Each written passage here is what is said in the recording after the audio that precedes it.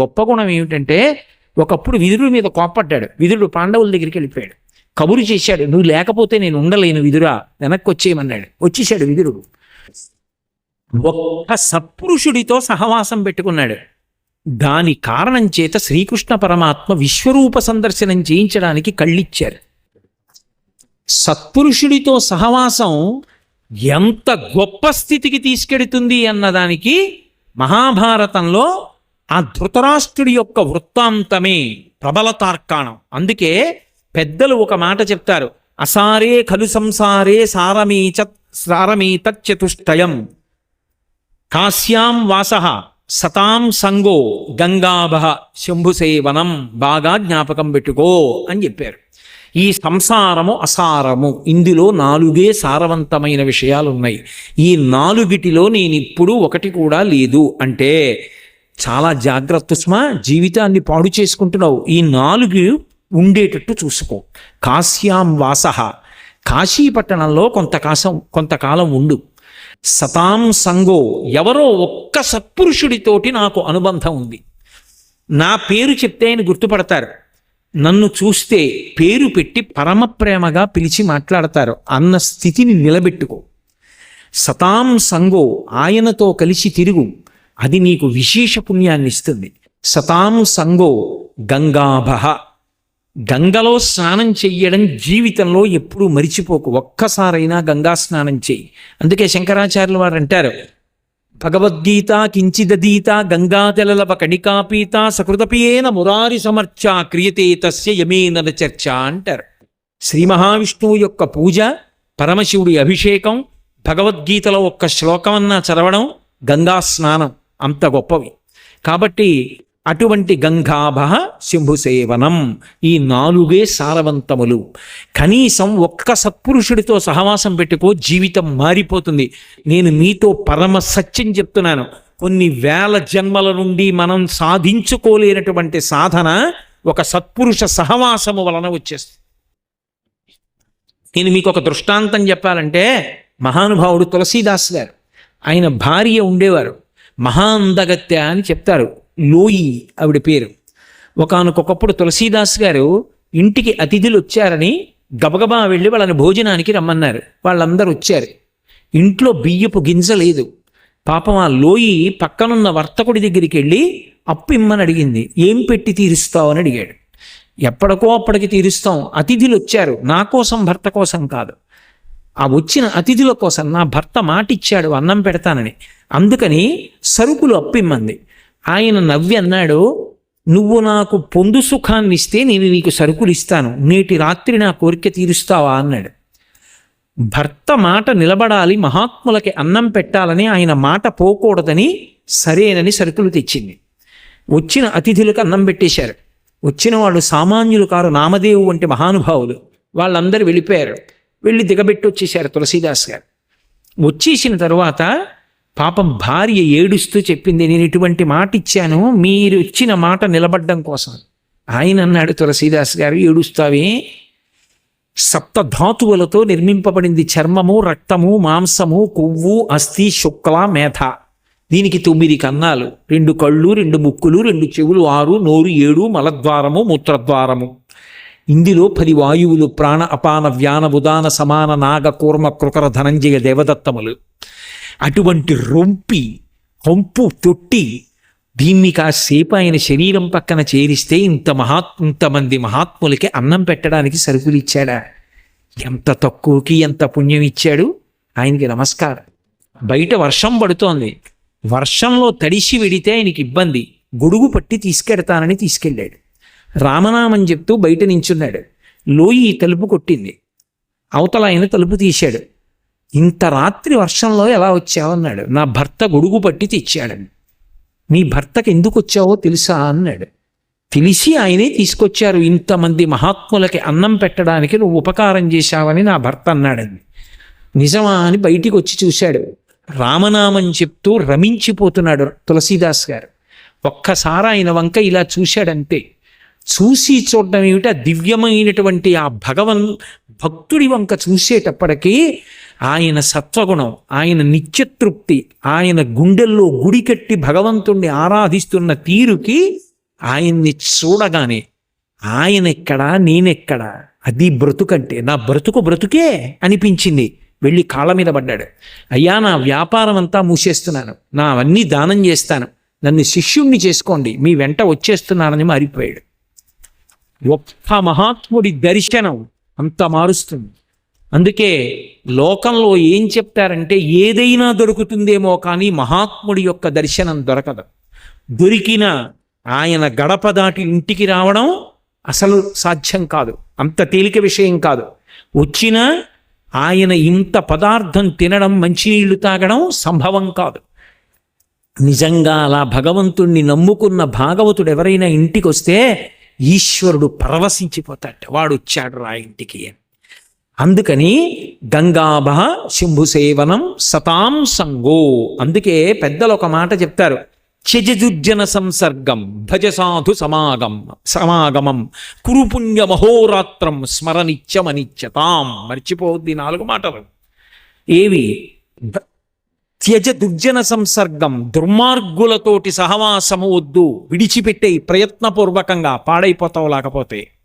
త్యజన దుర్జన సంసర్గం భజ సాధు సమాగమం. ఏది ఏమైపోని సాధు పురుషులతోటి సహవాసం మాత్రం విడిచిపెట్టకు. కురుపుణ్య మహోరాత్రం, రాత్రి పగలు అని చూడకు, పుణ్యం చేసేసాయి, ఎందుకంటే మళ్ళీ శరీరం ఉంటుందని నమ్మకం లేదు. కురుపుణ్య మహోరాత్రం స్మరనిత్యమనిత్యతాం. ఏది శాశ్వతము ఏది అశాశ్వతము ఆలోచిస్తుంది ఇప్పుడు. ఈ 4 మర్చిపోకు అని సత్పురుషుల యొక్క గొప్పతనం ఎక్కడుంటుందో చెప్తారు. గంగా పాపం శశీ తాపం దైన్యం కల్పతరుస్తథా పాపం తాపంచ దైన్యంచ హంతి సజ్జన దర్శనం. బాగా జ్ఞాపకం పెట్టుకోండి ఈ శ్లోకాన్ని. పాపములు పోవాలంటే గంగా నదిలో స్నానం చేస్తారు.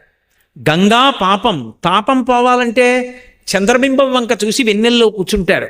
శశీ తాపం, దీనత్వం పోవాలంటే, నాకు ఇది లేదు అన్న భావన పోవాలంటే కల్పవృక్షం యొక్క అనుగ్రహం ఉండాలి. దైన్యం కల్పతరుస్తథా. కానీ పాపం తాపంచ దైన్యంచ హంతి సజ్జన దర్శనం.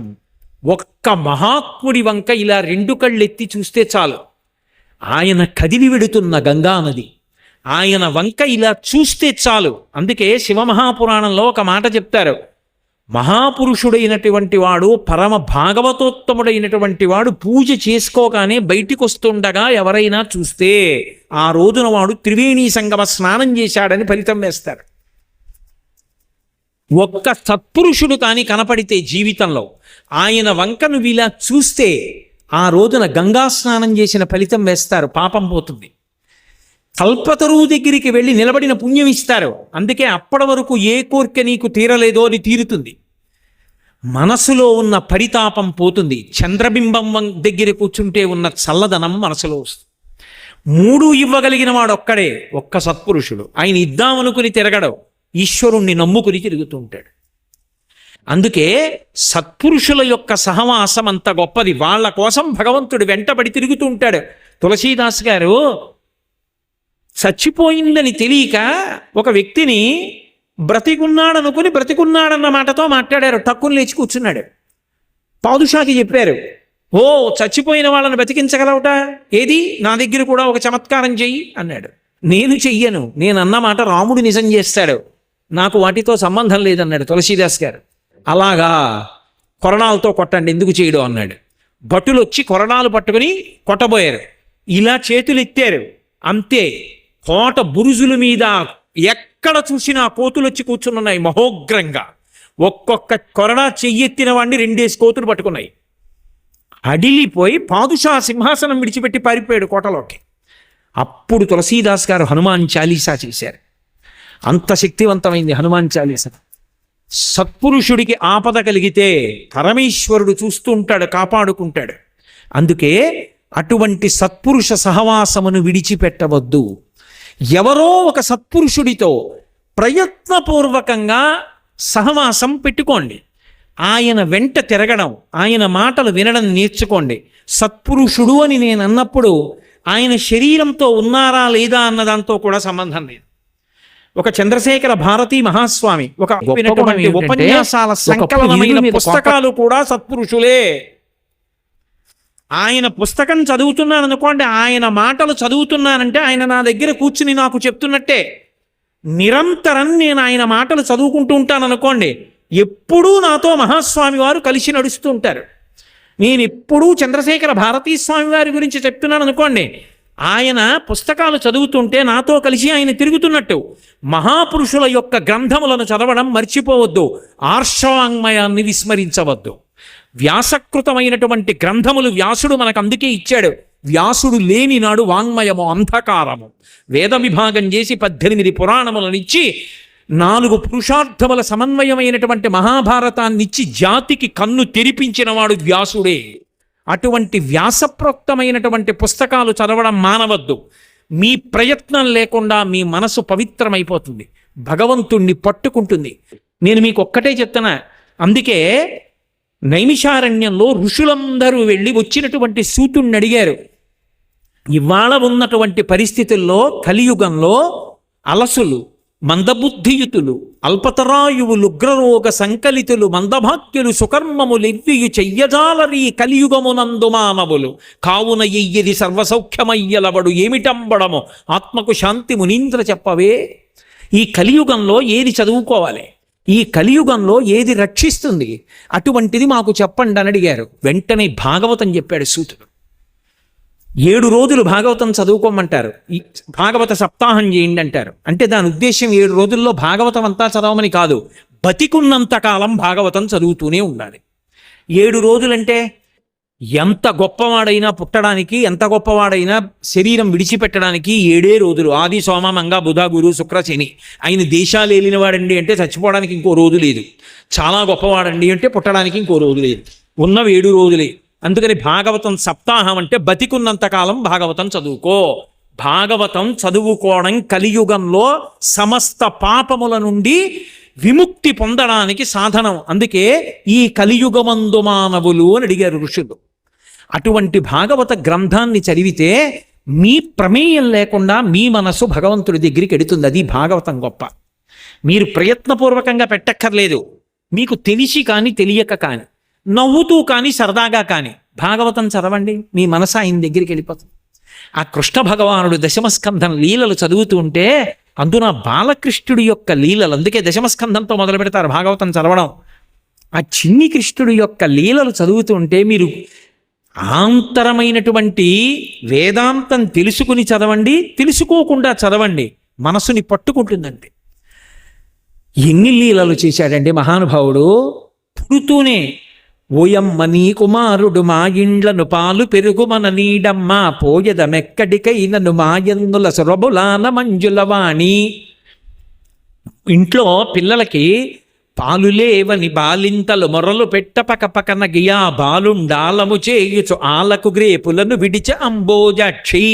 వారిల్లు సొచ్చి కడవల దూరంబుగ నెయ్యి త్రాగి తుదనా కడవల్ వీరింట నీసుతుండిడ వారికి వీరికిని పెద్దవాదయ్య సతి. ఆడంజని మీగడ పెరుగోడక నీ సుతుడు త్రావి 1 ఇంచు కథ కోడలి మూతింజరిమిన కోడలు ముచ్చనుచు అత్త కొట్టెల తాంగి. ఇన్ని వారిల్లు సొచ్చి పీటలు రోలు ప్రోవిడి ఎక్కి చేపెట్టజాలక కుండ కిందొక పెద్ద తూటునరించి మీ పట్టి మిగడపాలు చెరలు పట్టి త్రావెతలోదరి.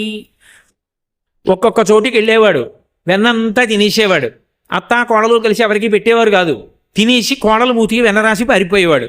అత్తగారు పొద్దున్న లేచి ఖాళీ కుండలు చూసి కోడలు ముచ్చనుచు అత్త కొట్టెల తాంగి. రాత్రి నువ్వే తినేసావు వెన్నని చెప్పి అత్త కోడల్ని కొట్టేది. దాచుకోవడం గొప్ప కాదు, పెట్టుకోవడం గొప్ప. చాగే నైకే అమృతత్వమానసు నేర్పాడు. ఎన్ని లీలలు.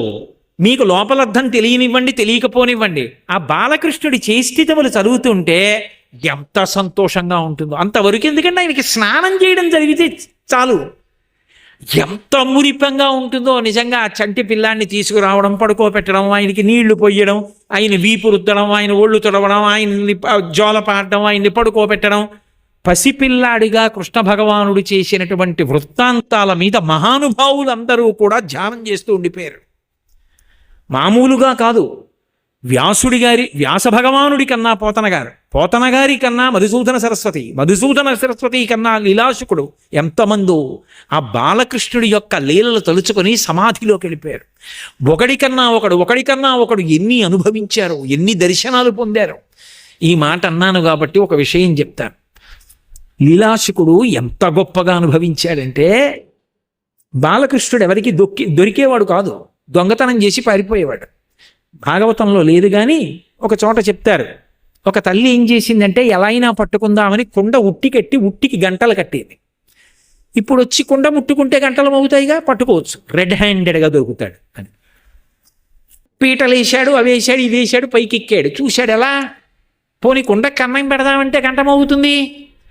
ఆలోచించాడు, ఓహ్ నేను పరాత్పరుణ్ణి, పరిపూర్ణావతారం, నా మాట ఏది కాదంటుంది, ఓ గంటలారా మీరు మ్రోగకుడు అన్నాడు.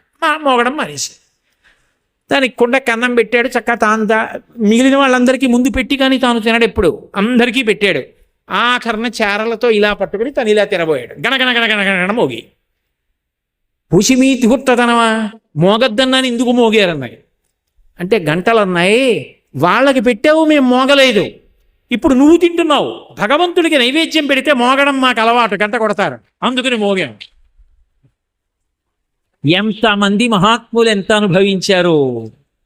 లీలాశుకుడు ఒక చోట అంటాడు, ఒక గోపిక చాలా తెలివైంది, గడుసు గోపిక, ఎలా అయినా పట్టుకుందాం కృష్ణుడు అనుకుని కుండ దాచలేదు, వెన్న కుండ తెచ్చి తలుపులు బార్లా తెరిచి అక్కడ పెట్టింది. ఎలాగో ఎత్తుకుపోతాడు ఎక్కడ పెట్టినాడు. ఇప్పుడు వస్తే ముందు పిల్లలందరికీ పెడతాడు, పెట్టేటప్పుడు చెయ్యి అంతా వెన్న అవుతుంది, అడుక్కెళ్ళే కొద్దీ తీయాలి కదా, మరి మోచేయి వరకు అంటుకుంటుంది. ఆఖరణ తను తిందాం అనుకుంటాడు, పట్టుకుంటాడు, రెడ్ హ్యాండెడ్గా దొరుకుతాడు. అమ్మకి అప్పచెప్తాను పట్టుకెళ్ళి అని ఈవిడ తలుపు చాట్ట నుంచి కుండ అక్కడ ఎట్టింది. రాని వచ్చాడు, అటు ఇటు చూశాడు, ఆయనకి తెలియదు సర్వజ్ఞుడు. ఫాల్ ఇన్ లైన్, అందరూ వరుసలో నించోండి అన్నాడు. మెల్లిగా ఒక్కొక్కడికి తీసి పెట్టాడు, ఒక్కొక్కడు తింటున్నాడు, వెళ్ళిపోతున్నాడు. మళ్ళీ దొంగతనంగా లైన్లోకి రావడం అలా ఉండవు అక్కడ, వాళ్ళు వెళ్ళిపోతున్నారు.